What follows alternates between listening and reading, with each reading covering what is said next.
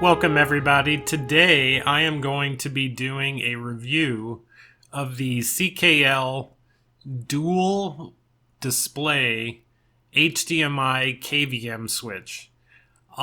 This is something that I've always been searching for quality versions of, and I did a bunch of research on Amazon, Newegg, the entire internet looking for dual display KVM switches. And so what I mean by that is, and there's a lot of confusion in the marketing, is I have two computers that I want to switch between, and each of those computers has two displays.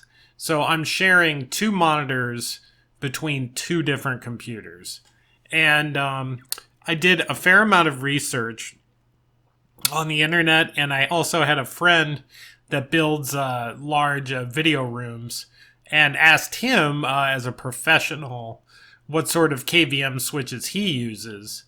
And I'm going to share that information with you and give you my opinion on the CKL dual display HDMI KVM switch that I purchased and have tested myself. So there's a couple that I've looked out there that I wanted to also try.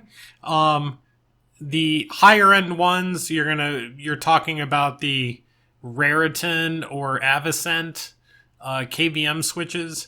Those seem to be running in the $800 to $1,000 range, which is extremely high for the use case that I have. If you look on Amazon, you'll find that there is a company called TE-Cent.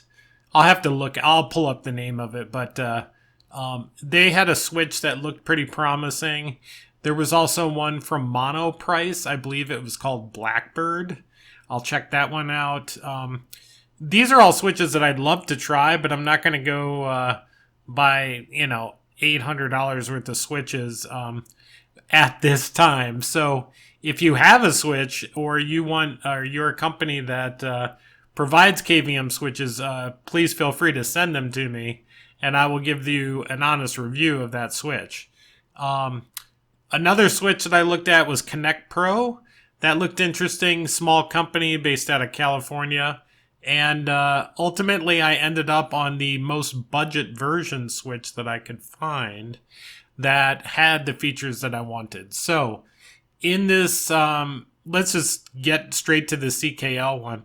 So I purchased it. I got it for $126. It was a refurbished version from Amazon. I think the new one was $140 maybe. I've since seen it for $107 online, but I forgot exactly where that was. So that being the case, it has HDMI switches, and the way it works is it comes with the cables, which is nice. So it comes with two HDMI cables to hook up the monitors. It comes with two Octopus HDMI cables where it's running USB, microphone, audio, and the HDMI over a single HDMI connector. Those plug into the back of the switch, and then you run your HDMI out to your two monitors. On the front of the switch, you have your two selector buttons. You have I think that's like a mini USB port to connect a switch button, which I will. It's kind of nice if you want to hide the switch away. Then you just have this little cord coming out, and you can press a button to switch between the two. Additionally, you have the USB front port and a microphone and audio port on the front. So here's the nice things about the switch. I set it up pretty quickly. I haven't had any problems with it so far. It's only been a few days, but it seems to be working properly. It does switch the cable, the keyboard, the video, and the mouse just fine. I haven't had any issues with that at all. Now, let's get to the problems that I did have.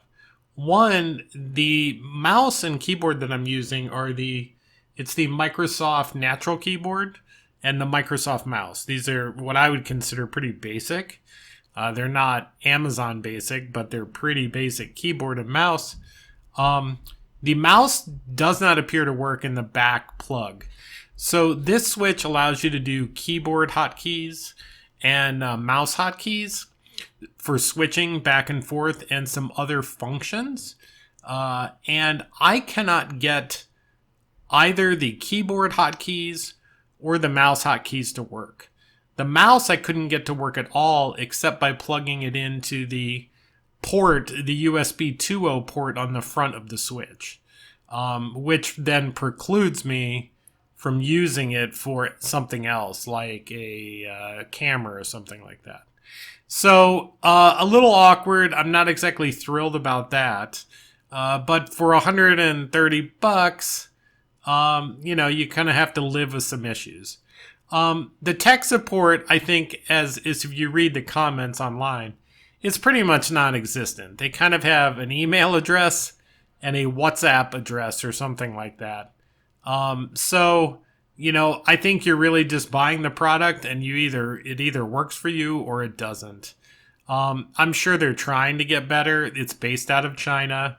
Obviously, they've had a lot of issues lately in China. So it's hard to say exactly if that's what's causing their support issues or the company is just relatively immature in that area. I think it's probably the latter. But for right now, there isn't much technical support. Next thing is the unit seems sound. If you read the Amazon reviews, you're going to see that there's a lot of issues that people complain about. It doesn't get particularly high ratings. Some of the people complain about a lot of incompatibility between the mouse and the keyboard, as I've experienced, so I could say that's true. Also, when I set this unit up, it seemed like you have to be very careful and read the instructions, which I will provide at the end of this video with the manual screenshots. You have to plug in the part where the USB connector is going through that octopus cable, HDMI. That has to be plugged into the A port, and the straight video feed plugs into the B port. If you don't do that, you will not be able to use your keyboard and mouse. It didn't seem to work properly at all, specifically the keyboard. Once I got that straightened out, we were good. And it also seemed that I had to unplug the cables a couple times before the computer recognized that a new device was plugged in. Eventually that did work, and I'm functioning just fine between a desktop workstation and a laptop. Let's see. That's really about it. If I had to grade this on a scale of 1 to 5, I'm going to say it's right in the... it's between a 2.5 and a 3, right? So it's very low cost. So, for that amount of cost, you're probably, going to be missing out on a few things. And in this device so far, I'm missing out on tech support. The manual can be a little confusing, although it's not too bad. It actually has pretty good images and pictures that make it clear on how to plug things in. The ability to change and interact with the device seems to solely come from the hotkeys on the keyboard. And because I can't do any of that, I cannot do things like turn off the beeping noise when I switch the displays back and forth. Here, listen to this sound.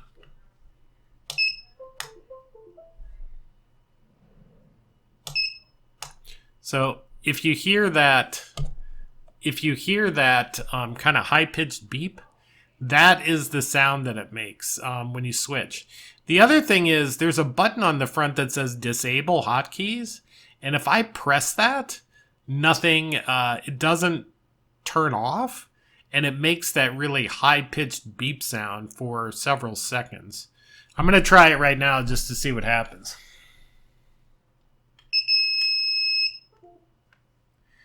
Yeah, so I hit it, and the light doesn't go off, and it just makes that high-pitched beeping.